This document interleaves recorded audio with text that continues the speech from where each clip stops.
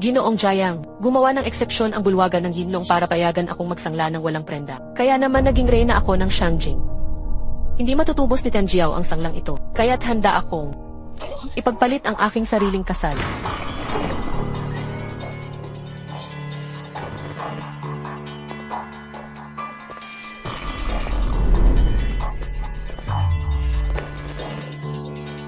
Ngayong araw, ayokong dumanak ang dugo. Ibigay mo lang ang silangang bahagi ng lungsod. Hindi na natin kailangang magpatayan. Ano ang gusto mo? Hahaha. Napakasimple lang ng hiling ko. Samahan mo lang ako ng isang gabi. At paligayahin mo ako ng mabuti. Lapastangan, ang lakas ng loob mong suwayin ang nakatataas. Sandali, mali ang sinabi ko. Dapat ay lalaki ang nasa itaas at babae sa ibaba. Kung hindi dahil sa pagtindig ng bulwagan ng Yinlong laban sa lahat noon, sa tingin mo ba, sa pagiging isang mahinang babae mo lang, ay makakaupo ka sa posisyong ito, at magiging reyna ng underworld? Ili! Sa mabahong babaeng ito, sugod na. Lahat ng lalaban, ay walang awang papatayin. Kilos!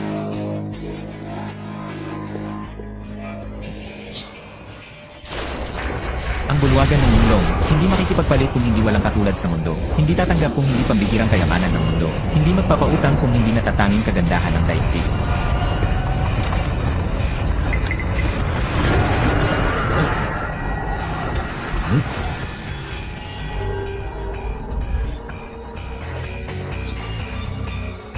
Ang gintong abakus ng Jiao. Ikaw si Ginoong Jiang, 30 taon na ang nakalipas. Isinangla ng pamilya Wei ang kalahating buhay ng kanilang kalayaan. Kapalit ng pagpapahaba ng buhay ni Wei tuon ng 50 taon. Totoo ba ito?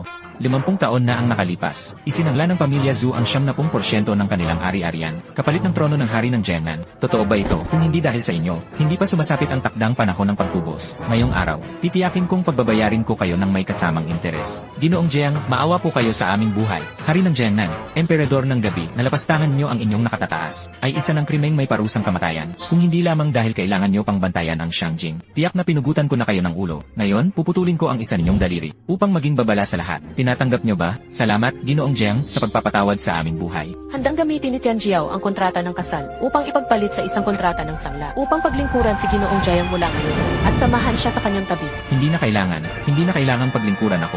Mayroon akong kasunduan sa kasal sa panganay na anak ng pamilya Ye. Ihanda mo ang handog sa kasal para sa akin. Italaga ang pamilya Ye bilang nangungunang marangyang pamilya sa Donghai. Ipagkaloob ang gintong kautusan at gantimpalaan ng daan-daang bilyong ari-arian.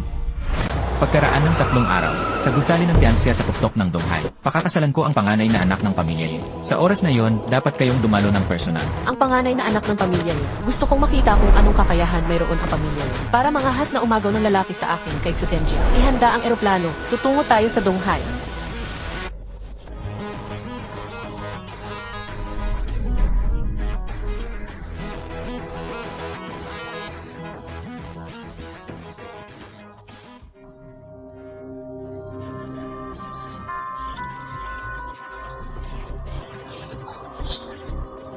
Malugod naming tinatanggap ang pagdating ni Ginoong Jiang sa Donghai.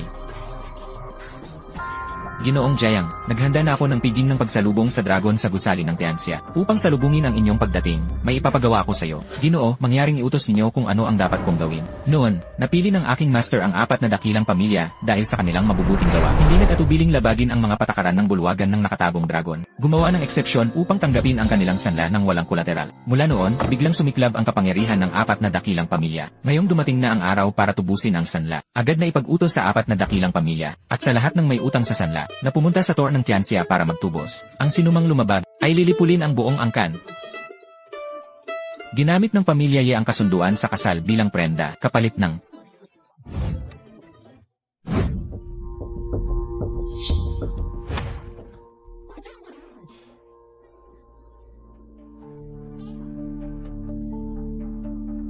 Nandito ka ba para sa blind date?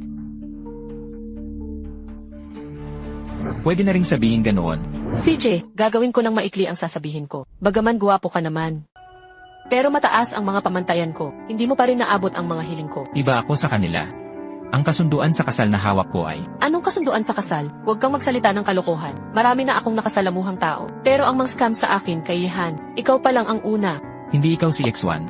Ikaw. Hinahanap mo ba ang ate ko? Ano ang pangalan mo? Jian Bei ng pamilya Jiang. Ate Bayaw.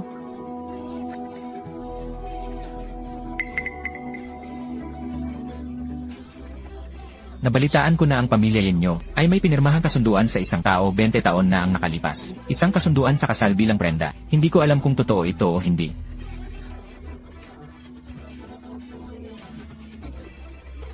Totoo nga ang bagay na iyan. Ngunit lahat ng iyon ay lumang kwento na, at hindi na iyon balido.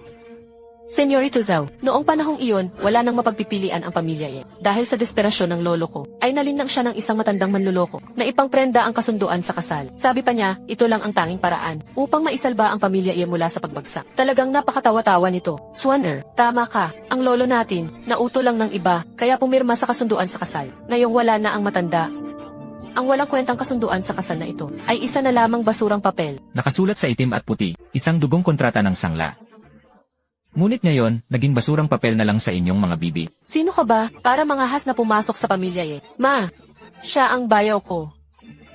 Si Jayang Bay ng pamilya Jayang. Hawak pa rin niya ang pinirmahan ni Lolo na kontrata ng kasal sa sangla. Manahimik ka. Ikaw pala ang buwisit na natitirang anak ng pamilya Jayang. 20 taon na ang nakalipas, isinangla ng pamilya Ye ang kasunduan sa kasal para sa habambuhay na kayamanan at karangalan. Ngayon ba ay gusto ninyong sirain ang kasunduan? Layas, wala akong alam sa sinasabi mong kontrata ng kasal sa sangla. Hoy bata, ang isang marangal na binibini na tulad ni Miss Ye ay tanging ang isang henyo mula sa Xiangjing na tulad ko. Ang lehitimong anak ng hari ng Jiangnan ang karapat-dapat sa kanya. Paano magagawang hawakan siya ng isang basurang tulad mo? Dapat alam mo ang iyong limitasyon at lumayas ka agad dito. Kung hindi, huwag mo akong subukan. Tama, lumayas ka na. Noong panahong walang-wala na ang pamilya Ye at nagmakaawa sa aking master sa lahat ng paraan, bago nakuha ang kontrata ng kasal sa sangla na ito, upang magsimulang umunlad ang pamilya Ye araw-araw, at mabilis na naging isa sa mga pinakamayamang pamilya. At ngayon, magagawa ninyo kaming traidurin at talikuran ang inyong pangako. Hindi ba? Hindi ka ba natatakot na bawiin ko ngayon ang lahat ng mayroon ng pamilya Ye? Sino ka ba sa tingin mo para maglakas loob na sabihing babawiin mo ang lahat sa pamilya Ye? Hay! Missy! Huwag mong sirain ang kalusugan mo dahil sa ganyang tao. Hindi siya karapat-dapat. Hindi ba't kaya ayaw niyang umalis ay dahil lang sa pera? Ibigay natin sa kanya.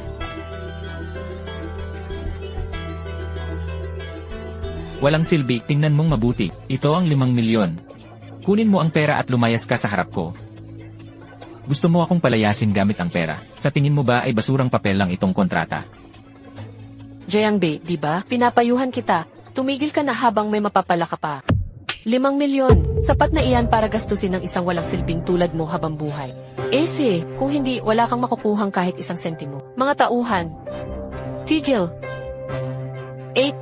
Sinabi ni Lolo bago siya pumanaw, ang kontrata ng sangla at kasulatan ng kasal ay sinasaksihan ng langit at lupa. Kapag sinira natin ang kasunduan, tiyak na makararanas ng karma ang ating pamilya Ye. Anong kalokohan ang pinagsasasabi mo? Pabigat ka talaga. Napapansin ko talaga sa iyo ngayon. Kung makampi ka na sa iba, ayaw mo ba talagang umasenso ang pamilya natin? Ayaw mong mapabuti ang ate mo, no? 8. Ikaw ang pinakapaborito ni Lolo noong nabubuhay pa siya. Paano mo nagagawang laban ang kanyang huling habilin? Pabigat. Puro ka na lang huling habilin. Bata pasihan.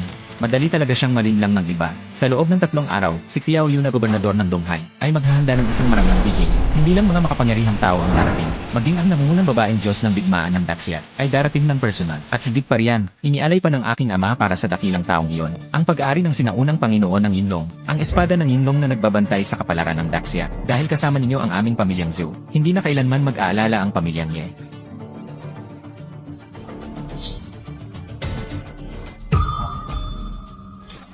Ang kasunduan ng dugo, saksi ang araw at buwan. Kapag ito ay nilabag, itatakwil ng langit at lupa. Sinira ng pamilyang Ye ang kasunduan. Pagkalipas ng 3 araw, babawiin ko ang lahat mula sa pamilyang Ye.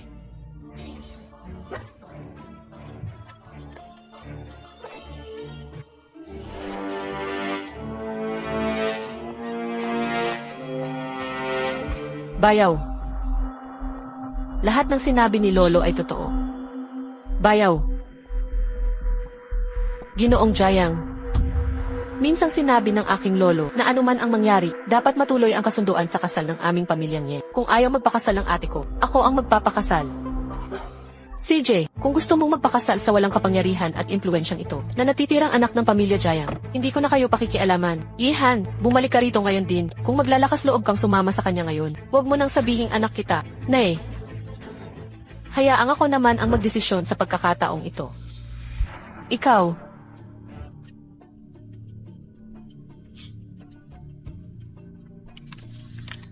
Handa ka na ba talagang tuparin ang kasunduan para sa pamilyang Ye at pakasalan ako?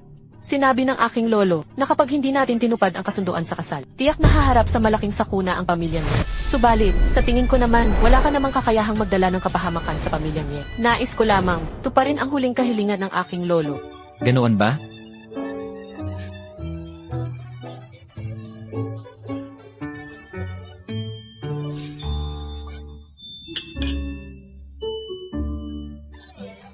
Ginoong Jiang, nakahanda na ang piging ng Yinlong. Gobernador Xiao. Dala mo ba ang lahat?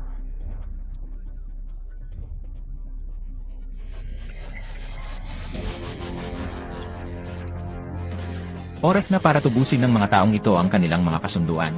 Bukas, samahan mo ako sa piging ng pagsalubong sa dragon.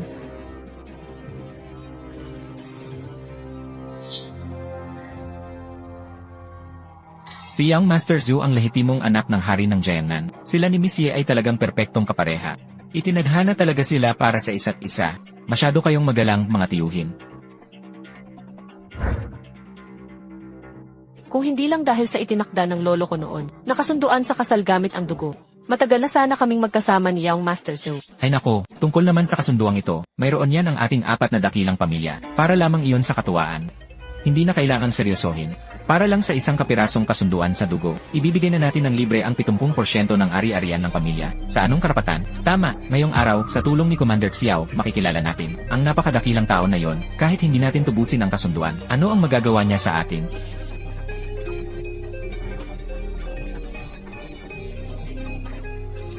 Yihan, sa kabila ng lahat, ikaw ang pangalawang binibini ng pamilyang Ye. Paano mo nagagawang makipag-ugnayan sa harap ng maraming tao at makipaggulo sa natitirang anak na ito ng pamilyang Jiang? Hindi ako nakikipaggulo. Ate, si Jiang Bei ay isang. Tumahimik ka.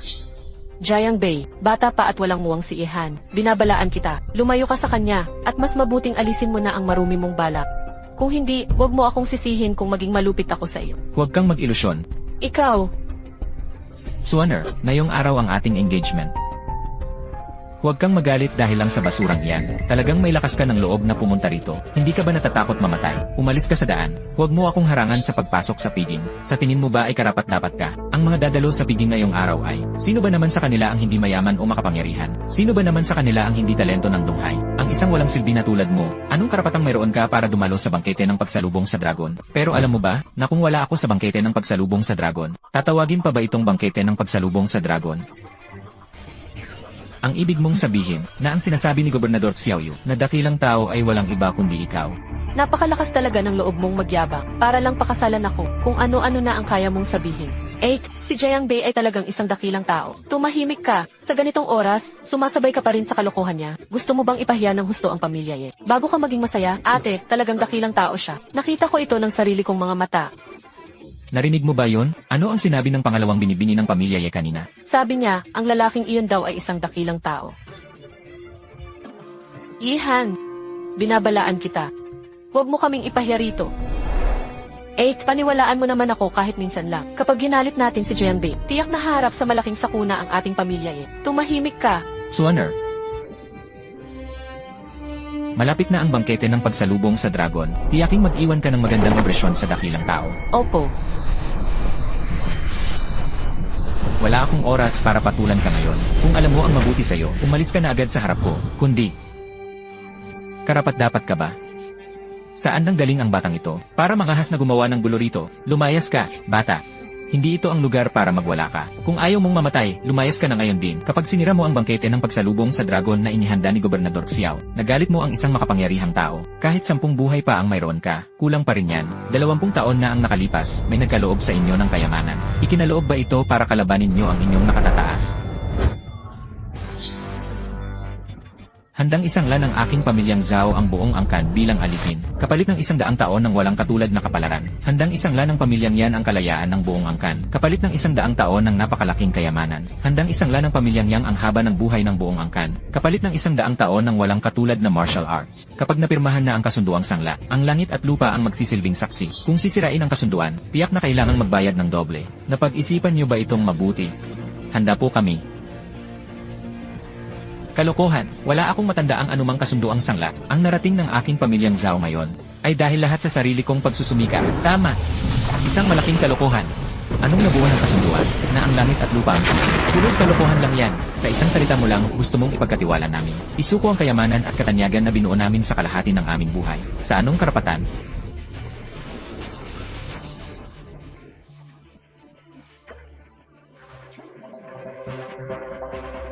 Ito, dahil sa kasunduang sangla ng dugo na ito, at hindi pa ba sapat ang ganti ng langit sa pagsira ng kasunduan?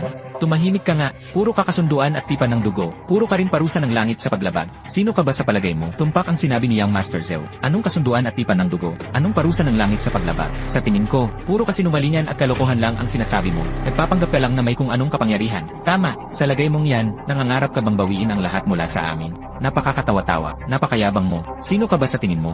Para diktahan kami sa harap namin, walang saysay ang payo sa taong nais mamatay. Kung hindi ninyo isinangla ang buong angkan niyo noon, paano kayo magtatagumpay ng ganito ngayon? At maabot ang tugatog ng inyong tagumpay.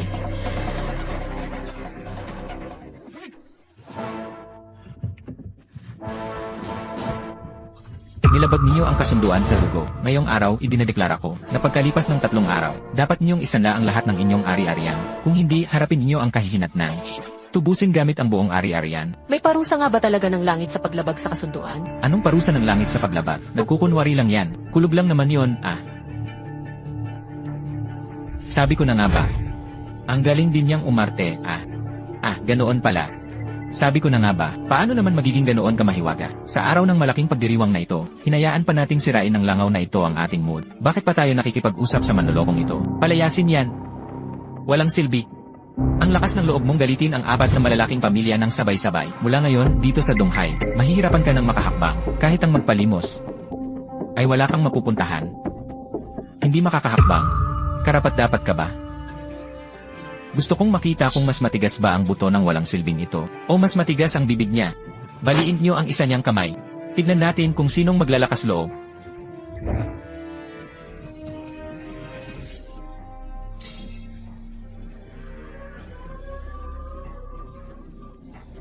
Lapastangan, alam ba ninyo kung sino siya?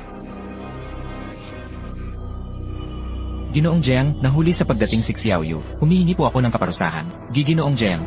Xiaoyu. Tinawag niya talaga ang walang silbing ito na Ginoong Jiang. Impossible. Si Komandante Xiao iyon.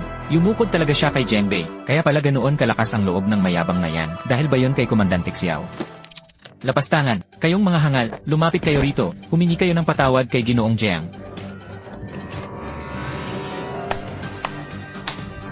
Naging walang galang po kami. Sana'y patawarin niyo kami, Ginoong Jiang. Patawad? Noong gusto niyo akong patayin kanina, hindi naman kayo nag-alinlangan ng ganito. Napakayabang. Iginagalang lang namin si Komandante Xiao. Akala mo naman kung sino ka na, nakahas ka pang sabihin tatapusin mo ang aming buhay. Kayabang at mangmang. Ang aming mga pamilya ang haligi ng Donghai. Sino ka ba sa palagay mo? Para utusan kaming wakasan ang sarili naming buhay. Bata. Ako ang tunay na anak ng hari ng Jiangnan, at nagawa mo pa akong utusang magpakamatay. Gaano ka ba katanga?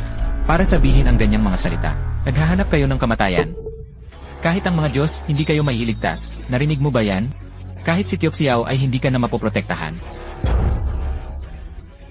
Bata.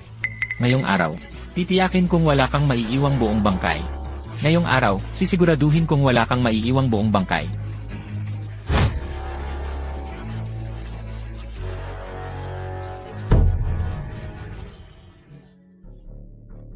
Nangahas ka bang sampalin ako? Patayin niyo siya. Tignan ko lang kung sinong mangangahas. Xiaoyu. Ang tatay ko ang hari ng Jiangnan. Tumahimik ka, sa harap ni Ginoong Jiang. Walang halaga ang hari ng Jiangnan. Xiaoyu, tinatawag kitang tiyo dahil binibigyan kita ng respeto. Pero ngayon, sinampal mo ako dahil lang sa basurang ito. Pagbabayarin kita sa ginawa mo. Kabayaran. Mga bantay.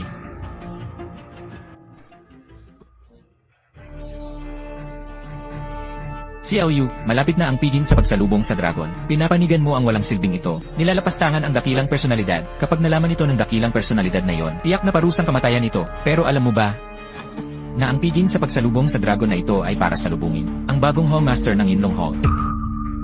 Xiaoyu, nabubaliw ka na yata. Tabi, ibigay mo sa akin ang batang iyan. Kung hindi, Hindi kita patatawarin. Dumating na ang hari ng Jiangnan. Nandito na ang tatay ko. Humanda kayong mamatay.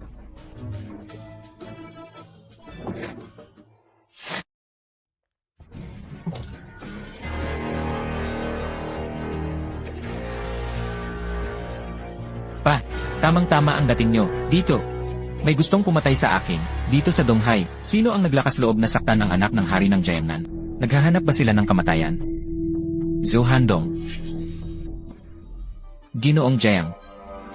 Zhou Handong, napakahusay ng pagpapalaki mo sa iyong anak. Walang silbi, lakas ng loob mong tawagin ang pangalan ng tatay ko. Manahimik ka, pa, ako.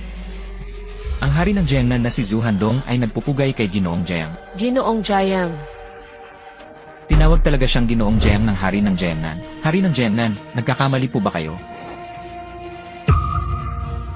Isa lang siyang natitirang anak ng pamilya Jiang. Lumuhod ka ngayon din. Hindi ako luluhod. Bakit ako luluhod sa isang hamak na natitirang anak? Nawawala na ba kayo sa sarili nyo? Hindi nawawala sa sarili ang tatay mo. Sadyang hindi lang siya kasing tanga mo. Anong sinabi mo, walang silbi? Papatayin kita. Lapasta ang anak. Lapasta ang anak. Young Master Zhao. Manahimik ka. Lumapit ka rito agad kay Ginoong Jiang. Lumuhod ka at humingi ng tawad.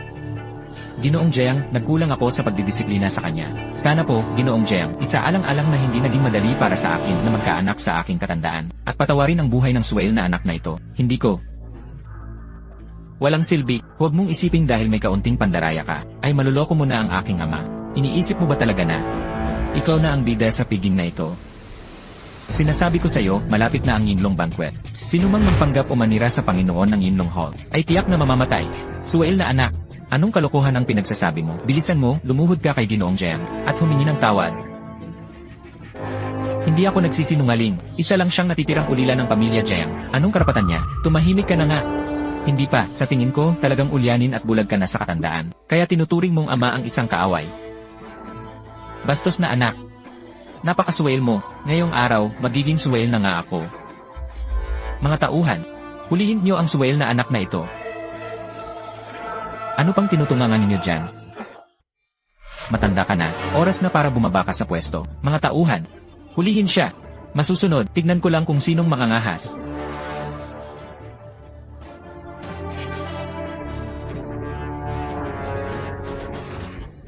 Ginoong Jiang. Jiang Bei. Ayos lang ako. Ganyan ka ba kasigurado na hindi ako ang Panginoon ng Yinlong Hall? Kung ikaw ang Panginoon ng Yinlong Hall, ako naman ang ninuno ng Panginoon. Napakabulag mong hangal. Anong kalokohan ang sinasabi mo? Si Xiaoyu, sa tingin ko, ikaw ang walang mata. Malapit na ang Yinlong Banquet. Bilang isang komandante, ay hindi ka pa nagpapakita ng magandang halimbawa para mapanatili ang kaayusan. Naglakas loob pa siyang hayagang ipagtanggol ang huling supling na ito. Ano ang masamang balak niya? Gusto ba niyang ipahamak ang Panginoon ng templo? Ikaw.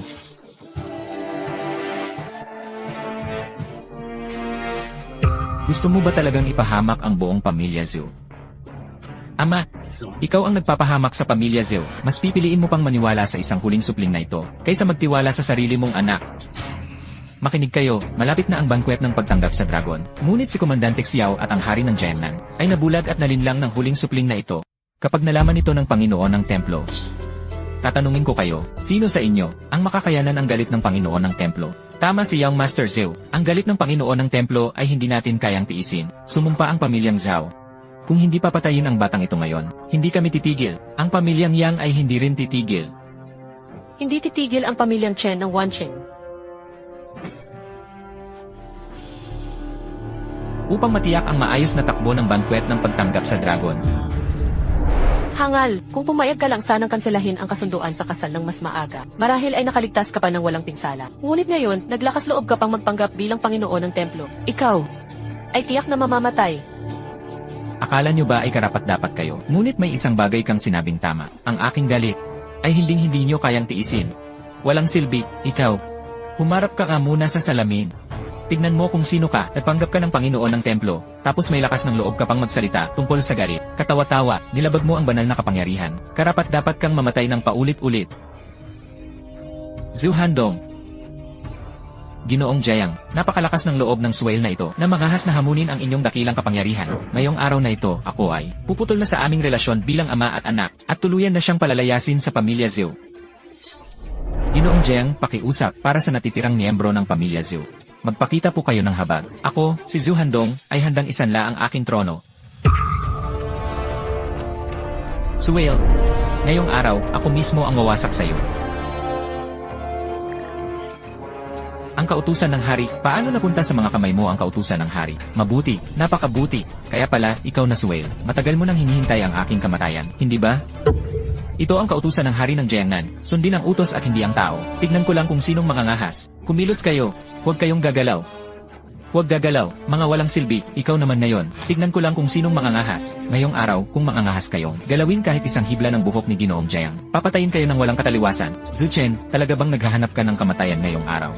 Xiao Yu, sa tingin ko, ikaw ang naghahanap ng kamatayan. Tinatawag kitang tiyuhin bilang paggalang, dahil lamang sa iyong posisyon bilang gobernador ng East Sea. Hindi para gamitin mo itong dahilan para magmayabang sa harap ko, dahil sa iyong edad. Xiao Yu, ipinapahamak mo ang kanilang mga buhay. Nagbibiro ka ba?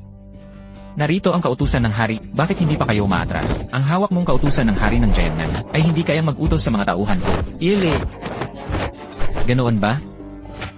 Huwag gumalaw.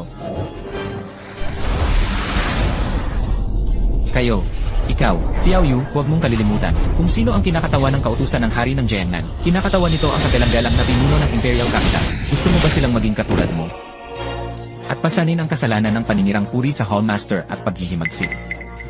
Walang silbi, hindi ba't sinasabi mong ikaw ang Hallmaster? Hindi ba't umaasa ka lang sa suporta ni Xiao Yu? Ano na ngayon? Bakit hindi ka makapagsalita? Naging pipi ka na ba? Katawa-tawa, sa buong buhay ko bilang si Jianbei, bakit ko kakailanganin ang suporta ng iba? Mamamatay ka na lang, nagmamatigas ka pa. Senyorito Zhao, huwag mo nang sayangin ang laway mo sa kanya. Patayin na lang natin siya agad. Kung hindi, kapag nakita ito ng Hallmaster, tiyak na malalagot tayong dalawa. Posible bang ang pagiging Hallmaster ni Jianbei ay talagang peke lang? Patayin siya. Sa tingin niyo ba ay karapat-dapat kayo? Ang lakas ng loob mong magsalita. Karapat-dapat ka lang mamatay. Sugod, patayin siya. Ang huling anak ng pamilya Jiang, mamatay ka na. Ang huling anak ng pamilya Jiang, mamatay ka na.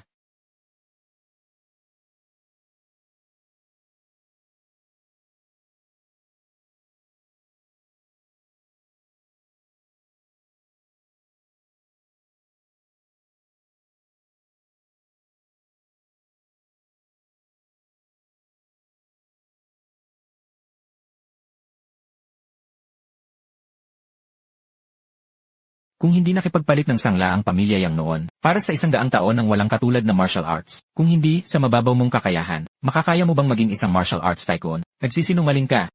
Ang pagiging martial arts tycoon ng pamilya Yang, ay dahil lahat sa aking pagsusumikap, si Yang Kang. Ile! Pagsusumikap, hindi karapat-dapat ang pamilya Yang na gamitin ang salitang iyan. Ang pinuno ng pamilya Yang na ito, ay ang sikat na martial arts tycoon ng East Sea. Bakit? Posible kayang ang batang iyan ay lihim na sinuhulan ang mga waiter dito para lasunin ang pinuno ng pamilya Yang. Hindi maaari. Ganoon pala, ganoon pala. Kaya pala ganoon ang nangyari. Ang naiwang anak ng pamilya Jiang, talaga palang nilason mo ang pinuno ng pamilya Yang. Nilason. Dapat kang mamatay. Kaya pala si matandang Yang, na isang kilalang martial arts tycoon, ay hindi man lang naging katapat ng lalaking ito. Wala nang lunas. Ikaw ang walang lunas. Sugod.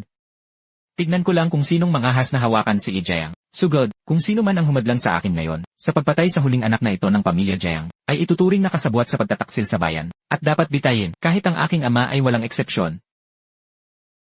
Maliban na lang kung mamatay ako, kung may sinumang mangahas na lapastanganin si Jiang. Ako, ang hari ng Jiangnan, ay personal na pupuksa sa kanya.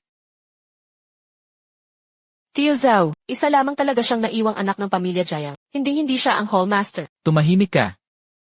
Ama, anong ginagawa mo? Sixwaner ang magiging manugang nyo. Huwag mo akong tawaging ama. Hindi ako ang iyong ama. Ikaw na lang kaya ang maging ama ko, ha? Lahat ng ito ay dahil sa'yo, kaya nabulag ang ama ko dahil sa'yo. Ikaw, karapat-dapat ka lang talagang mamatay. Ye Jiang, dumating na ang takdang oras. Mangyaring kunin na ang espada. Ano nang gagawin mo?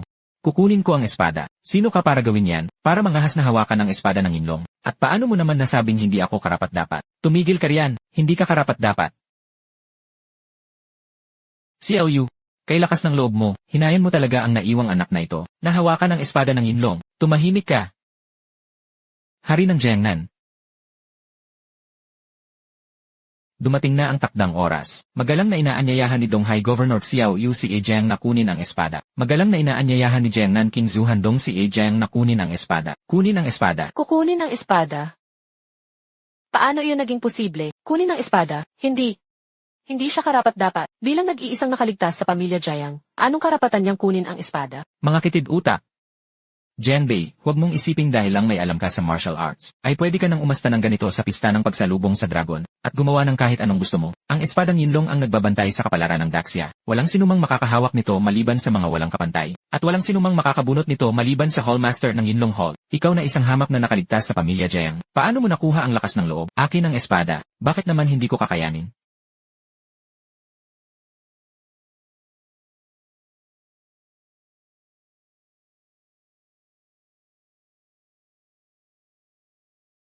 Naggangalit ang espada. Umuungal ang dragon. Walang kwenta ka, tapos ka na. Ngayon, hindi na namin kailangang kumilos. Ginalit mo ang espadang Yinlong. Kahit ang mga Diyos ay hindi ka na maililigtas. Jiangbei, umalis ka na agad. Kapag dumating na ang Hallmaster, mawawalan ka na ng buhay. Saan tatakas? Akala ko ba napakagaling mong mag-angas? Hindi naman ganoon si Jiangbei. Tumahimik ka. Walang kwenta. Ngayong natatakot ka na, gusto mong tumakas. Sinasabi ko sa'yo, huli na ang lahat. Talaga ba? Huwag ka nang magpanggap, ikaw na basura. Kung luluhod ka ngayon at magmamakaawa sa akin, baka sakaling sa harap ng Hallmaster, ay ipakiusap kita, para maiwanang buo ang bangkay mo. Buong bangkay. Napakalala talaga ng katangahan mo. Kahit maggalit pa ang espada, maging ang atungan ng dragon, lahat ito ay tungkol dito, ay paraan lamang nito upang salubungin ako. Walang silbi. Tama ba ang narinig ko? Sinabi mo talagang ang galit ng espada at atungan ng dragon ay para salubungin ka. Jiangbei, talagang malubha na ang sakit mo. Magpatingin ka nga sa utak mo. Ang espada ng Yinlong ay ang personal na espada ng dating Hallmaster. Iyan ay may kataas-taasang dangal. At ikaw, na isang naulilang anak ng pamilya Jiang, anong karapatan mong sabihing sinasalubong ka nito? Akala ko ay may kakayahan ka. Pero sira naman pala ang utak mo. Sa panahon ngayon, pati panaginip ay di mo maayos, at nagagawa mo pang magyabang ng walang hiya, para sabihin ang kalokohang sinasalubong ka ng espada ng Yinlong. Xiao Yu, naniniwala pa rin ba kayo ngayon, na ang walang silbing ito ang Hallmaster? Ang paglapastangan sa nakatataas, ay dapat parusahan ng kamatayan. Jiangbei. Walang silbi, ngayong maging ang ama ko at si Xiao Yu ay nais ka ng patayin. Ano pa ang ilalaban mo sa akin ngayon? Jiangbei, sumuko ka na ng kusa, para manatiling buo ang bangkay mo. Kung hindi, pagpipira-pirasuhin ka namin. Mapapatawad pa ang kasalanang gawa ng langit. Ngunit ang sariling kasalanan ay walang kaligtasan. Narinig mo naman iyon, di ba, Jiangbei? Bakit hindi ka pa lumuhod, at humingi ng tawad kay Young Master Zhu? Kung hindi, baka hindi man lang mabuo ang bangkay mo. Manahimik kayo. Malapit na kayong mamatay pero nagmamatigas pa rin kayo. Sa paglapastangan nyo kay Jiang, kayo ang dapat parusahan ng kamatayan. Ama! Xiao Yu! Kayo ang nagmamatigas. Hindi kami. Manahimik ka, Zhu Handong. Ikaw ang dapat manahimik. Para sa kinabukasan ng pamilyang Zhu, may mali ba roon? Bakit? Mas gusto mo pang maniwala sa natitirang anak ng pamilya Jiang na ito, kaysa maniwala sa akin. Bakit naman? Dahil lang sa siya si Jiang. Jiang. Xiao Yu, idilat mo ang iyong mga mata, at tingnan mo siyang mabuti. Ang basurang ito, paano siya naging si Jiang? Isa lamang siyang natitirang anak ng pamilya Jiang. Jiangbei, nagsimula ang lahat ng ito dahil sa iyo. Gusto mo ba, na magtago na lang na parang duwag na pagong, sa likod ng lahat ng tao, at hayaan silang mamatay para sa iyo? Kung tunay kang lalaki ngayon, magpakamatay ka na para magbayad sala.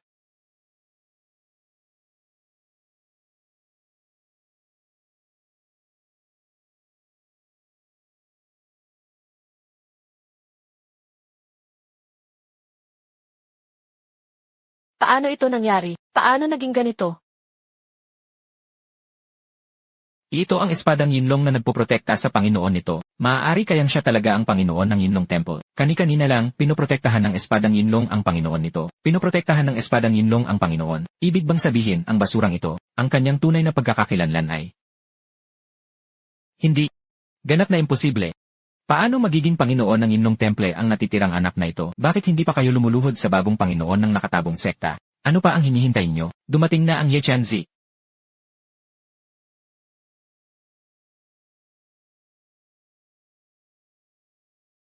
Sino iyon? Napakalakas ng loob.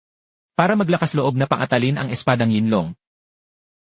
Yechanzi, dumating ka sa tamang pagkakataon. Tulungan mo akong hulihin ang suwail na anak na ito. Hari ng Jiangnan, huwag kang mag-alala. Ngayong araw, ang sinumang lumapastangan sa Hallmaster ay walang makakatakas kahit isa. Posible bang ang basurang ito ang mismong Hallmaster? Ang lakas ng loob mo, bata. Paano mo nakuha kasama si Xu Tianjiao? Napaglaruan ako sa inyong mga palad, at naglakas loob ka pa na magpanggap bilang Hallmaster. Kahit mamatay ka ng 10,000 beses, hindi pa ito sapat. Yechanzi. Ano ba talaga ang nangyayari? Ang bastardong ito ay ipinadala ni Xu Tianjiao. Para lamang takutin tayo, nag-imbestiga na ako ng palihim tungkol dito. Kundi ay baka nakalusot na naman siya. Impossible, Yechanzi. Baka naman may mali ka lang naunawaan.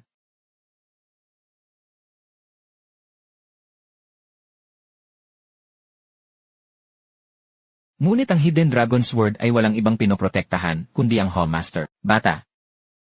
Ano pa ang masasabi mo ngayon? Yechanzi. Sa tingin mo ba ay may kailangan pa akong ipaliwanag? Kalokohan, ang lakas ng loob mong magpanggap bilang Hallmaster. Ngayong araw, ang paghihiganti ko sa naputol kong daliri, ay sisingilin ko na rin sa iyo. Yechanzi, anong balak mong gawin? Nakalimutan mo na ba? Ang pawn contract. Hari ng Jiangnan, napakatapang ng batang ito. Maging ang Hallmaster ay nagawa niyang gayahin ang isang simpleng pawn contract. Hindi ba't napakadali lang niyang magagawa yan? Imposible yan.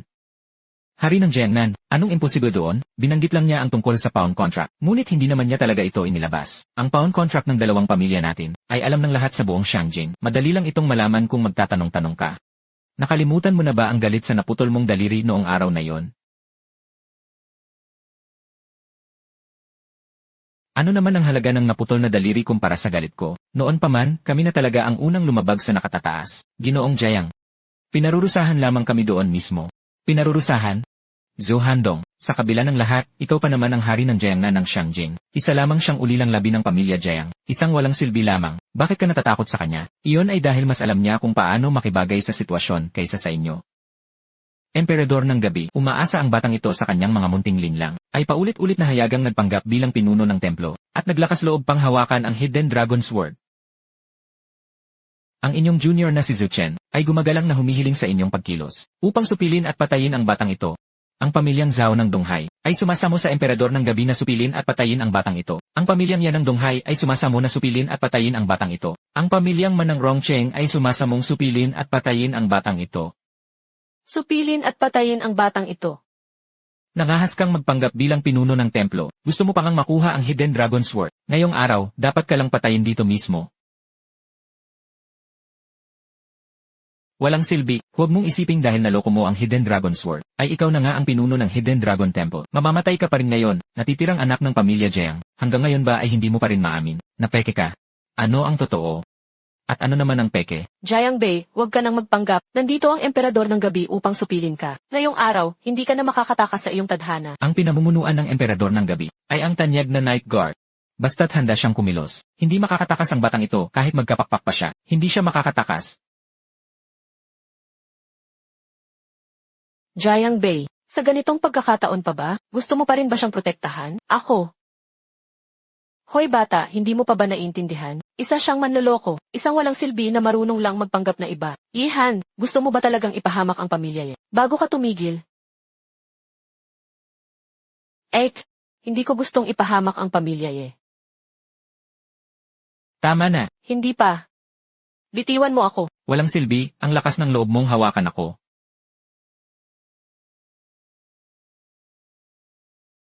Walang silbi, bitiwan mo ako. Kung hindi, papatayin kita. Kung hindi ka patatahimik, papatayin kita ngayon din.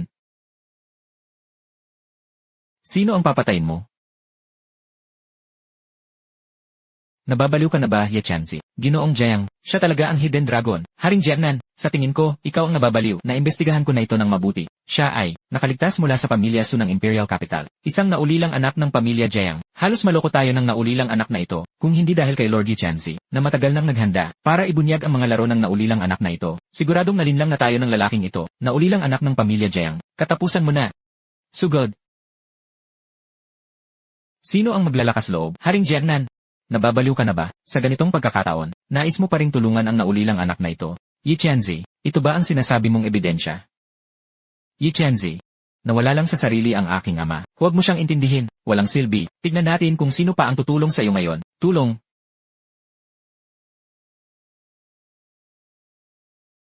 Alam mo ba kung ano ito? Ito ang kasunduan sa sangla, 30 taon na ang nakalipas. Isinangla ng pamilya Wei ang kanilang kalayaan, kapalit ng 50 taon ng buhay ni Wei Tuo. Para ba hindi mo na makilala ang tama sa mali? Para suwain mo ang iyong nakatataas, at para lapastanganin ako. Kalokohan, wala akong alam sa sinasabi mong kontrata ng pagsasangla. Huwag kang magsalita ng kung ano-ano rito. Mga tauhan, dakpin siya. Kung mangahas siyang lumaban, patayin ng walang habag.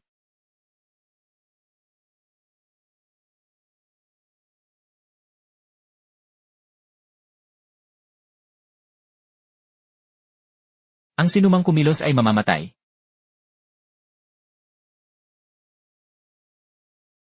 Lapastangan. Nangangahas kang, manahimik ka, hangal na hindi takot mamatay. Narinig ko ba ang ungal ng dragon? Ito. Papaano nangyari ito? Siguradong ang isang yon kanina ay, pakana ng natitirang anak ng pamilya Jiang. Natitirang anak ng pamilya Jiang, nangangahas ka pang magpanggap. Ganoon ba?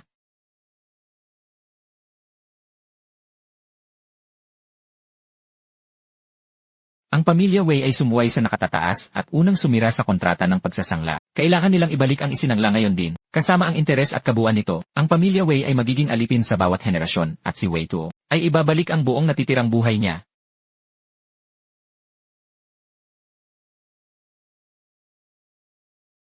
Bago ako umalis, hindi ba't maayos pa ang kalusugan ni Lolo? Paano siya biglang namatay ng ganoon?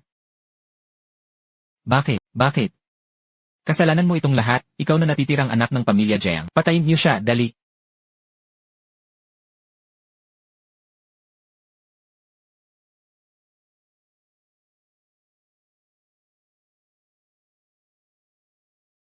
Lansad. Dumating na ang reyna ng Shangjing, si Xu Tianjiao.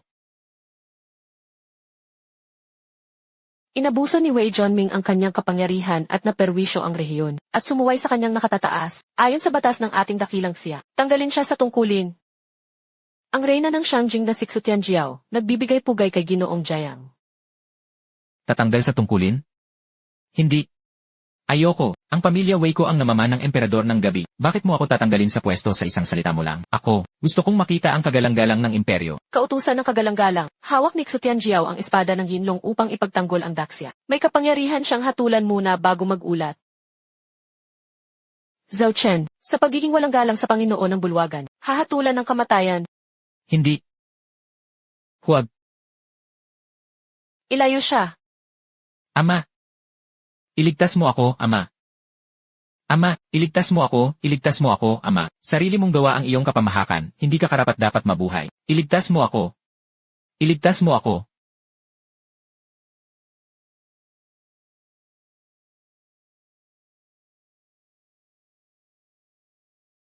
Ginoong Jiang, nagkasala ang pamilya Zhao ko. Nagmamakaawa ako, Ginoong Jiang, patawarin niyo po kami. Ginoong Jiang, nagkasala ang pamilya yan. Pakiusap, Ginoong Jiang, maawa po kayo sa amin.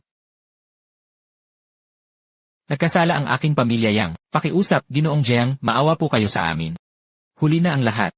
Ginoong Jiang, nalinlang din po kami. Ni Zhou Chen, kaya naging bulag kami at hindi namin kayo nakilala bilang tunay na Diyos. Kaya po namin kayo na insulto. Ginoong Jiang, alam na po namin ang aming pagkakamali. Ngayong umabot na sa ganito ang sitwasyon. Ako, si Zhao Yan, ay handang wakasan ang aking buhay para humingi ng tawad. At ibibigay ko ang lahat ng aking ari-arian. Pakiusap lang po, Ginoong Jiang. Patawarin niyo po ang mga susunod na henerasyon ng pamilya Zhao. Ginoong Jiang, ako, si Yan Yao, ay handa ring wakasan ang aking buhay. At iaalay ko ang lahat ng aking ari-arian. Nakikiusap ako, Ginoong Jiang. Patawarin niyo po ang mga nakababatang henerasyon ng pamilya Yan. Ang aking pamilya Yang ay handa rin pong.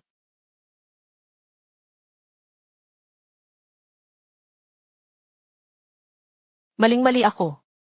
Hindi ko sana binawi ang aking pangako. Ngayon, ituloy na natin ang kasal. Magpapakasal. Sino ang nagsabing magpapakasal ako sa'yo? Jiang Bei, 10 taon na ang nakalipas, ginamit ng pamilya Ye ang kasunduan sa kasal bilang sangla. Hindi ba dapat tayo ngayon ay magpakasal na? Sa totoo lang. Sinusubok ka lang ni Miss Ye noon pa man, ngayong nakapasa ka na sa pagsubok. Sa tingin ko dapat na kayong magpakasal agad. Tama, tama. Hayaan nating si War God Su ang maging saksi sa kasal nyo. Tama. Tama ang sinabi ni Tito Zhu. Gawin nating saksi sa ating kasal si War God Su. Sa tingin mo ba ay karapat-dapat ka kay Ginoong Jiang? Napakawalang hiya ninyo talaga. Maging ang walang hiyang palusot na sinusubok niyo ako, ay nasabi niyo pa. Jiang Bei, lalaki ka pa ba? May saysay ba na patuloy na magbilang ng atraso ng ganyan? Magbibilang ng atraso. Sasabihin ko sa inyo ang totoo, mula noong sandali na ang pamilya Ye, ay nagpilit na sumira sa kasunduan, wala nang lugar sa Donghae, para sa pamilya Ye. At ganoon din para sa inyo. Jiang Bei, talaga bang gusto mong itulak sa kamatayan ang pamilya Ye? Talaga bang gusto mong itulak sa kamatayan ang 4 na dakilang pamilya? Hindi ako ang nagtutulak sa inyo sa kamatayan. Sa katunayan, ang dahilan, ay dahil kayo mismo ang nagdala nito sa inyong sarili. Buti nga sa inyo. Maunang sumira sa kasunduan, kukulob ng malakas, at darating ang parusa ng langit. Handa na ba kayong lahat? Parusa ng langit. Parusa ng langit. Ha. Sobra ka na, Jiang Bei, dahil mayroon ka na palang babaeng ito, na sumusuporta sa iyo. Bakit kailangan mo pang magpanggap at manakot dito? Bakit? At talagang ayaw mo pa rin tantanan ang mga pamilya namin? Kung inamin mo lang ng mas maaga na ganito kakalakas, hindi ko sana kinansela ang engagement natin. Kung may dapat kang sisihin, ang sarili mo lang iyon. Ako pa ang sisisihin. Ang lakas din ng loob ninyong sabihin yan. Jiang Bei, ano ba talaga ang gusto mo? Malalaman mo rin yan mamaya.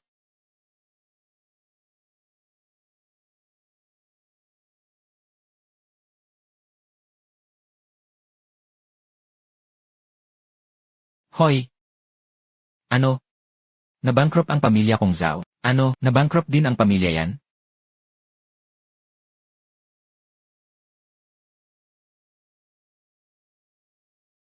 Jiang Bei, ang lahat ng ito, ay kagagawan mo, hindi ba?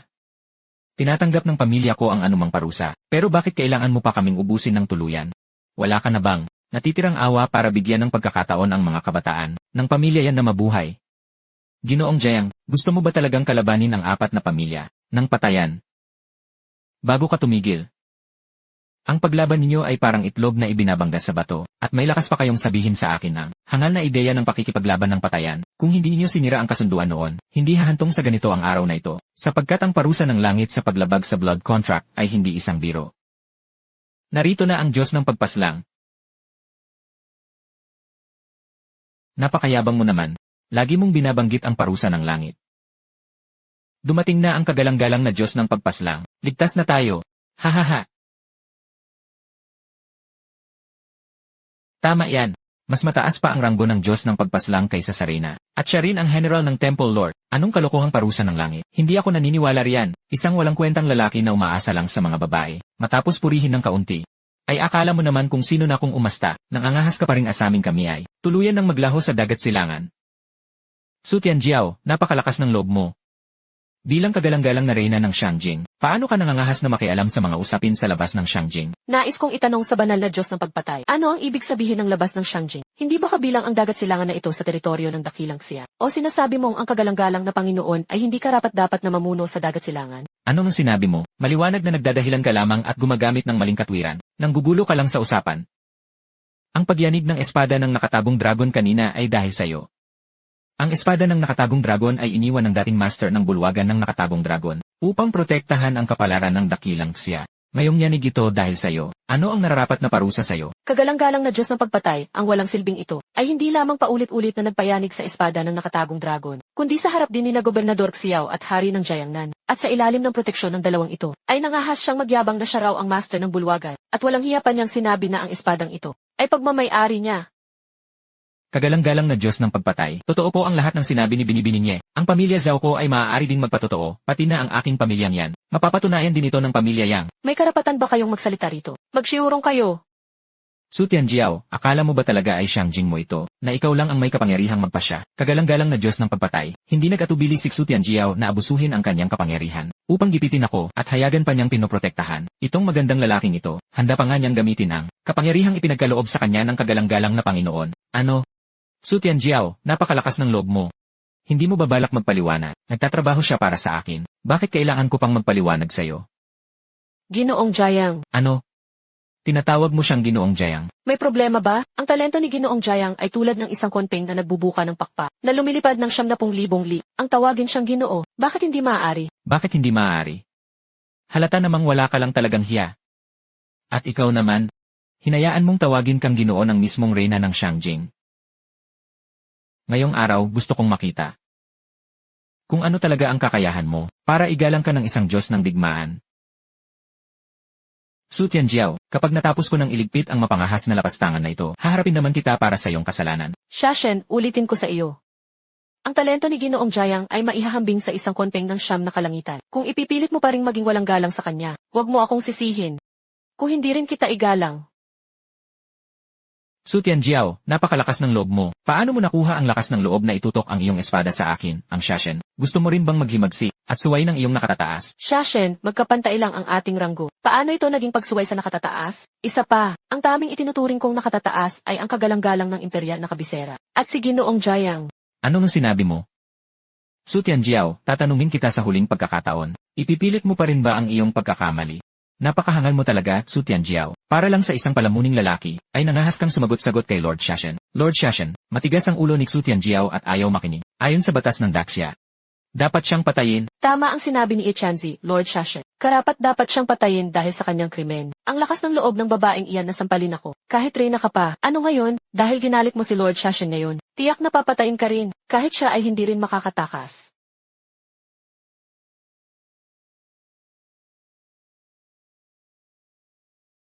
Su Tianjiao, sumusobra ka na.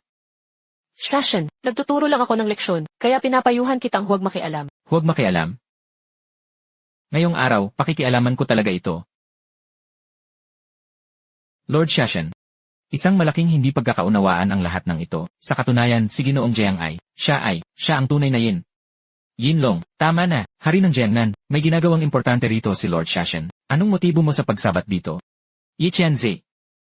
Huwag mo akong pagbintangan ng walang batayan. Hindi mo ba talaga kilala kung sino si Ginoong Jayang? Sino ba siya? Isa lang siyang naiwang anak ng pamilya Jayang. At boy to ilang ni Su Tianjiao. Huwag mong sabihin siya pa ang Lord ng Templo. Wei Jianming. Yung Yinlong Pawn Shop ba? Hindi ba't isang bulok na pawn shop lang yon? Teka, Yinlong Pawn Shop. Huwag mong sabihin ang Yinlong Sword. Hari ng Jiangnan, hindi mo naman siguro inisip na ang may-ari ng bulok na pawn shop na yon ay ang mismong Lord ng Yinlong, di ba? Alam mo ba, si Lord Shashen ay dating. Isa sa mga magiting na general ng Lord ng Templo. Lord Shashen, iminumungkahi kong mag-isip-isip muna kayo ng mabuti bago kumilos. Hari ng Jiangnan, anong ibig mong sabihin? Sa bawat desisyon ko bilang Shashen, kailangan mo pa ba akong tuwan? Umatras ka. Hari ng Jiangnan, magre-rebelde ka rin ba sa iyong nakatataas? At sumuway sa akin, ang Diyos ng pagpatay, hindi po ako mangangahas. Nais ko lamang na ang kagalang-galang na Diyos ng pagpatay ay, hindi na patuloy na magkamali kaya, nakikiusap ako, kagalang-galang na Diyos ng pagpatay. Tama na. Umatras ka, kundi mamamatay ka. Umatras ka, kundi mamamatay ka. Sige, napakabuti, dahil nagmamatigas ka pa rin. Ipagkakaloob ko, ang Diyos ng pagpatay, ang hiling mo.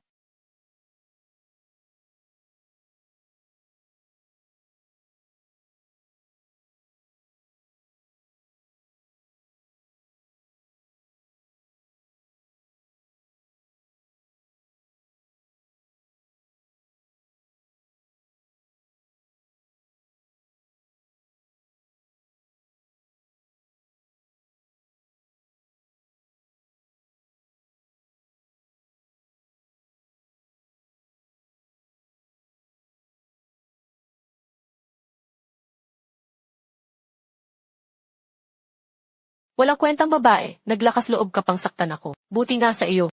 Napakamapangyarihan ng kagalang-galang na Diyos ng pagpatay. Kagalang-galang na Diyos ng pagpatay, napakapangyarihan mo. Kagalang-galang na Diyos ng pagpatay. Siya, ang tunay na may kasalanan sa lahat ng ito. Dahil ang reyna, ay nalinlang lamang ng walang hiyang. Basurang ito. Ang paglinlang mo sa reyna ay hindi mapapatawad, at sa paghawak mo sa espada ng Yinlong, mas lalo kang dapat mamatay. Ganoon ba? Hahaha. Pretty boy, kahit sa ganitong sitwasyon, nagkukunwari ka pa rin kalmado. Gusto mo bang bigyan kita ng pagkakataong kitlin ang sarili mong buhay? Hindi ka karapat-dapat para kitlin ko ang sarili kong buhay.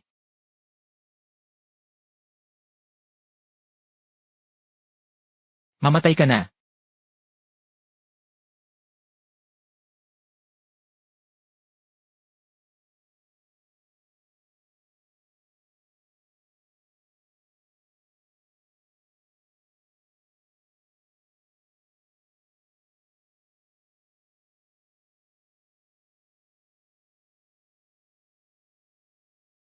Dahil gustong-gusto mo palang kitlin ang sariling buhay. Kitlin mo muna ang sarili mong buhay, namatay ng ganoon lang ang emperador ng gabi. Basura, ano nang ginawa mo sa emperador ng gabi? Kasuklam-suklam. Naglakas loob ka talagang patayin ang emperador ng gabi. Inutusan niya akong kitlin ang sarili kong buhay. Hahayaan ko ba siyang mabuhay pa? Ikaw. Basura. Ipapadanas ko sa iyo ang buhay na mas masahol pa sa kamatayan.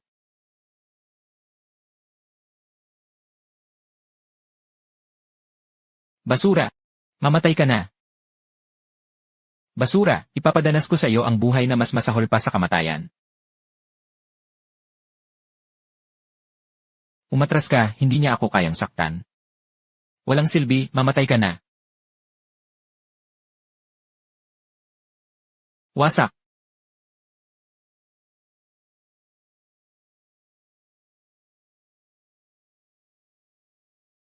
Ang tanging makapagpapayanig sa espada ng Yinlong ay ang mismong Hallmaster ng Yinlong. Maaari kayang ito ang kapalaran ng Daxia. Napakalakas ng loob mo, walang sinumang makakahawak sa espada ng Yinlong liban sa Hallmaster. Ngayon, para lamang manakaw ang kapalaran ng Daxia, naglakas loob ka pang paulit-ulit na gisingin. Ang galit ng espada at atungan ng dragon, matagal ko nang sinabi sa inyo, hindi talaga siya ang Hallmaster ng Yinlong.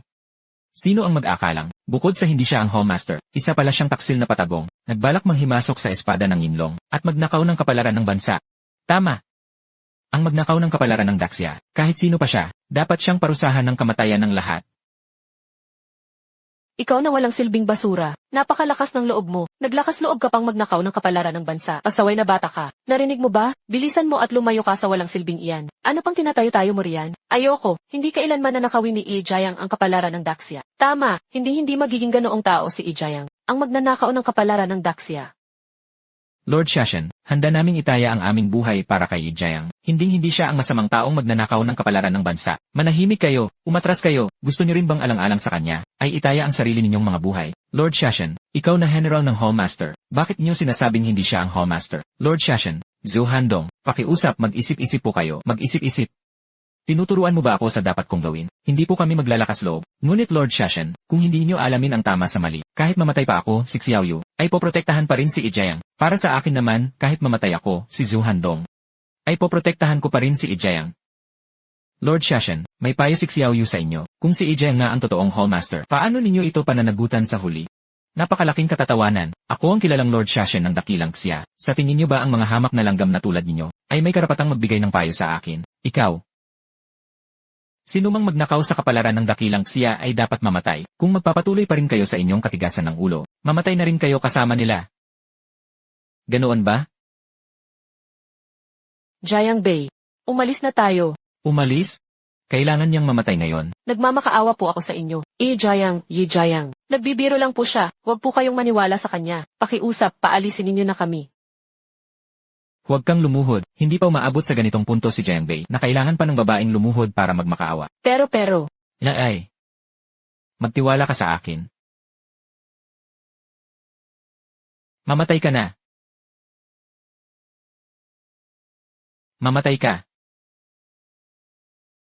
Mag-ingat ka.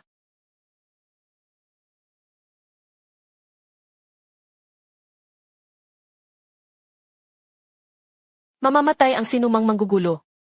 Mamatay. Napakalakas ng loob mo. Naghahanap ka ng kamatayan.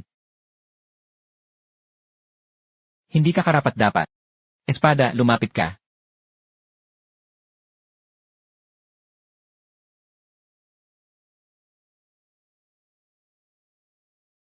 Pinoprotektahan niya ng espadang Yinlong ang Panginoon nito. Papaano itong naging posible? Sino ka ba talaga? Nagawa mong pakilusin ang espadang Yinlong para protektahan ang amo nito, Jiang Bei ng pamilya Jiang. Impossible. Isa ka lang na ulilang anak ng pamilya Jiang. Paanong naprotektahan ka ng espadang Yinlong? Ang espadang Yinlong ay maaari lamang mabunot ng Panginoon ng bulwagan ng Yinlong, maliban na lamang kung ikaw ang Panginoon ng Yinlong. Mamatay ka na.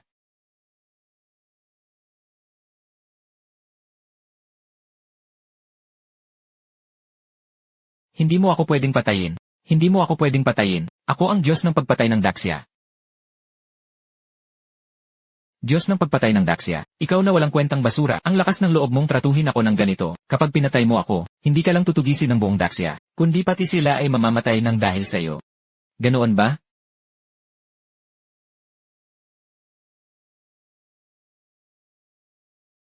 Basura! Paano mo akong nagawang tratuhin ng ganito? Ganito ba? Ah! Naulilang anak ng pamilya Jiang, pinapayuhan kitang pakawalan mo na ako agad. Ang lahat ng nangyari noon, ay maaari ko nang kalimutan at palagpasin. Kung hindi, kapag dumating ang aking guro, hindi ka na makakaalis kahit kailan. Umalis? Isang katatawanan. Basta't pakawalan mo lang ako, sasabihin ko sa iyo ang isang lihim, wala kang karapatang makipagnegosasyon sa akin. Paano kung sabihin ko sa iyo, na buhay pa ang ate mong si Jiang Xin? Ano nung sinabi mo, ang ate ko, buhay pa ba siya? Nasaan siya? Noong mga panahong iyon, nalaman ng Goshi, na ang dugo ng inyong pamilya Jiang ay magagamit niya para sanayin ang ipinagbabawal na sining ng Daxia. Kaya nilipol niya ang buong pamilya Jiang. But saka lang niya nalaman pagkatapos, dugo lamang ng isang tao ang magagamit niya sa kanyang pagsasanay. Ang taong iyon ay ang iyong kapatid na babae, Jiang Xin. Si Tubeye, ibig bang sabihin ang sinabi ng guro, na ang nagtaksil sa Hidden Dragon Hall ay siya? Magpatuloy ka, kaya naman, ikinulong ng pambansang guro ang iyong kapatid na babae. Sa loob ng buong 20 taon, araw-araw nitong kinukuha ang kanyang dugo, para magamit ng pambansang guro sa pagsasanay ng immortal arts. 20 taon. Ah! Matandang taksil. Magtutuos tayo hanggang sa kamatayan. Dumating na ang pambansang guro ng Great Xia, si Situbaye. Ikaw na isang hamak na ulila, ay may karapatan bang magsalita sa harap ko, tungkol sa pagtutuos hanggang kamatayan? Ili, lubhang katawa-tawa, pambansang guro. Pambansang guro, iligtas mo ako, walang silbi. Paano mo akong nagawang ipagkanulo? Wala ka ng silbi. Pambansang guro, hindi mo maaaring gawin ito, kahit sa ganitong kaliliit na bagay, kailangan ko pa rin kumilos. Ano pa ang silbi mo para manatiling buhay?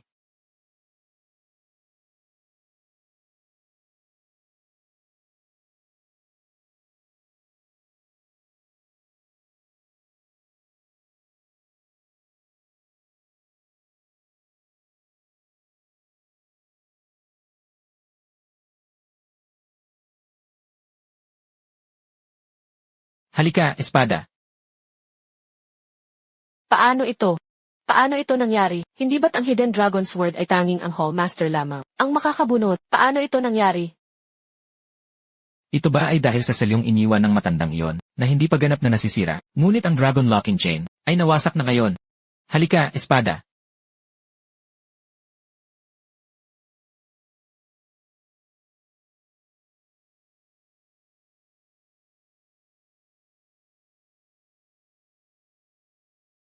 Hinto. Naghahanap ka ng kamatayan, mag-ingat ka. Kayo ang naghahanap ng kamatayan, napakayabang.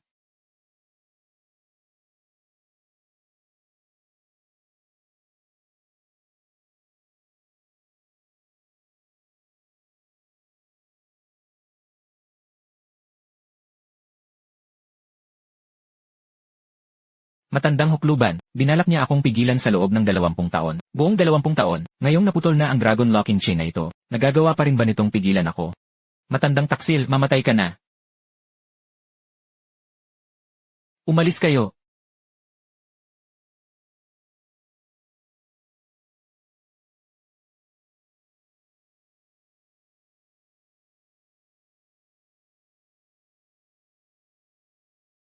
Ngayon.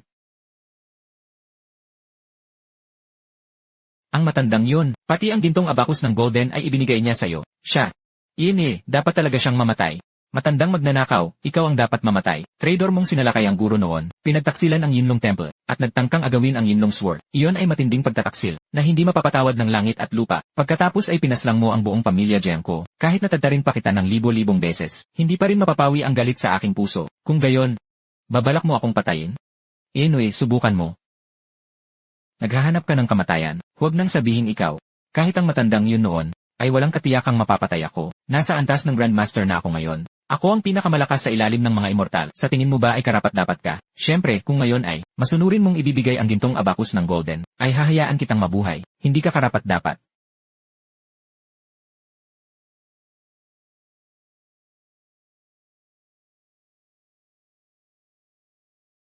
Panginoon, nalutas na ang mga nakakahadlang. Ibigay mo ang gintong abakus ng Golden, at hahayaan kitang mabuhay. Sinabi ko nang hindi ka karapat-dapat.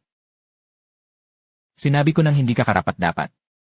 Napakalakas ng loob mo. Paano ka nangahas na insultuhin ang pambansang guro? Tignan natin kung hindi kita matataga.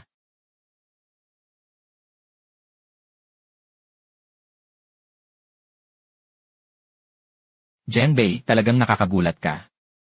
Hindi ko inaasahang naabot mo na ang antas ng mandirigma. Ngawat sa kasamaang palad, wala pa rin yan sa akin.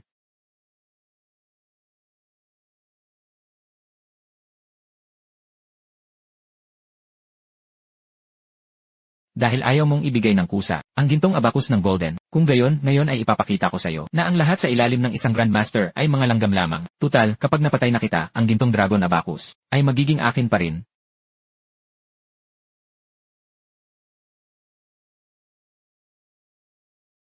Maaari bang ang kapalaran ng Daxia ay tuluyan ng magwawakas dito? Jianbei, tiyak na hindi ka mapapahama. Naniniwala ako sa iyo. Kahit na ikaw pa ang Hallmaster, ano naman? Sa harap ng Goshi, isa ka pa ring basurang walang silbi. Jianbei, ngayong ang Goshi ay nakarating na sa antas ng Grandmaster. Ang tirisin ka ay mas madali pa sa pagtiris ng langgam. Sa buong Daxia, tila walang sinuman ang makakatagal sa kamay ng Goshi.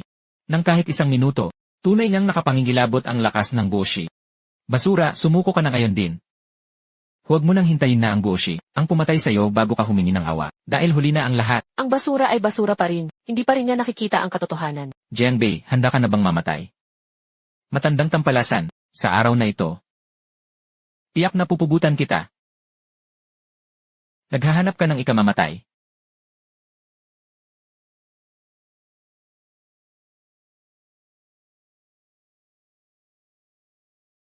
Jianbei, Ginoong Jiang.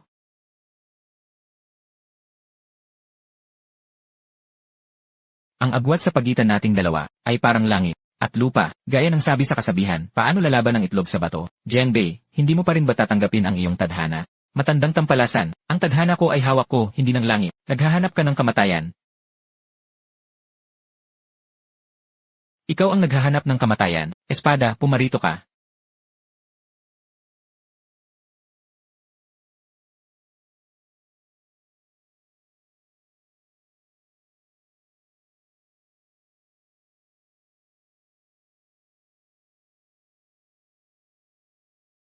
Matandang tampalasan, ngayong araw kukunin ko ang iyong ulo, upang itaguyod ang katarungan ng Daxia, at iaalay ang dugo mo sa aking pamilyang Jiang, para sa kapayapaan ng 120 kaluluwa sa langit. Hahaha.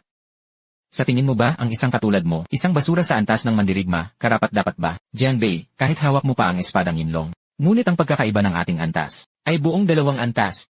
Kaya tiyak na papatayin kita ngayon. At ang espadang yinlong ay mapapasakamay ko na. Basta't mapag-aralan ko ang espadang yinlong, at ang nakatagong immortal na sining dito, maaari ko nang baguhin ang aking tadhana laban sa langit, at maging isang tunay na immortal. Wala ka ng lunas. Karapat-dapat ka lang mamatay. Mamatay ka na.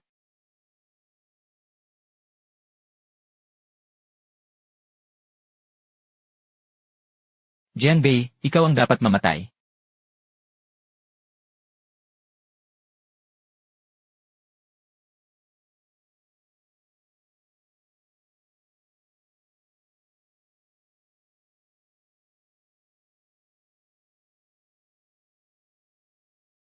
Bakit? Nasa antas ako ng Grandmaster. Ikaw, hindi ba't nasa antas ka lang ng mandirigma?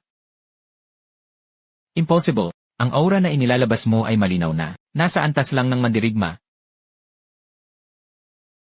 Alam ko na. Tiyak na dahil dito. Matandang taksil, maglakbay ka na sa kabilang buhay.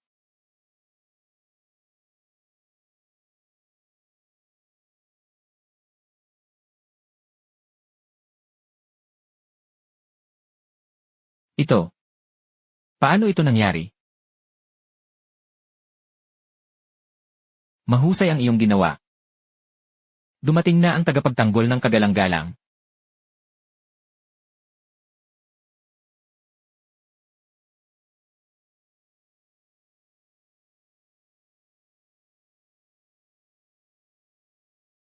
Kautusan mula sa kagalang-galang, ang pambansang guro na si Situbaye, ay umabuso sa kapangyarihan ng pamahalaan, lihim na nakipagsabuatan sa hari ng Kunlun, upang sakupin ang Daxia. Sa nakalipas na 20 taon, siya ay naging malupit at mapang-abuso, at pumatay ng hindi mabilang na tapat na mga ministro. Inayos ni Jianbei ang kaguluhan, pinaslang ang taksil, at ibinalik ang kapayapaan sa Daxia. Kaya ginagawaran siya ng titulong banal na haring tagapagtanggol ng bansa.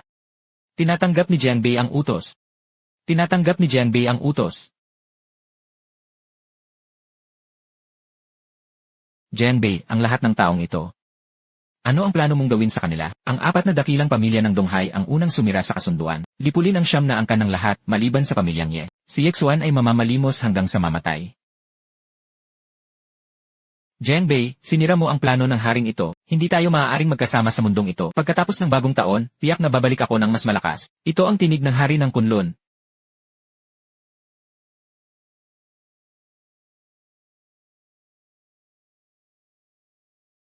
Masama ito, ang hari ng Kunlun sa tuktok ng hilagang dagat, ay malapit nang makawala sa selyo. Ano? Kung hahayaan nating makawala ang hari ng Kunlun, tiyak na magkakagulo ang buong mundo. Jianbei, sa ngalan ng kagalang-galang, ay handang isangla ang kalahati ng kapalaran ng bansa, kapalit ng espada ng Yinlong upang muling bantayan ang kapalaran ng Great Xia. Upang masiguro ang kaligtasan ng Great Xia, kalahati ng kapalaran ng bansa. Sigurado ka na ba rito? Ang kasunduan sa dugo, saksi ang araw at buwan. Kung lalabagin ito, itatakwil ng langit at lupa.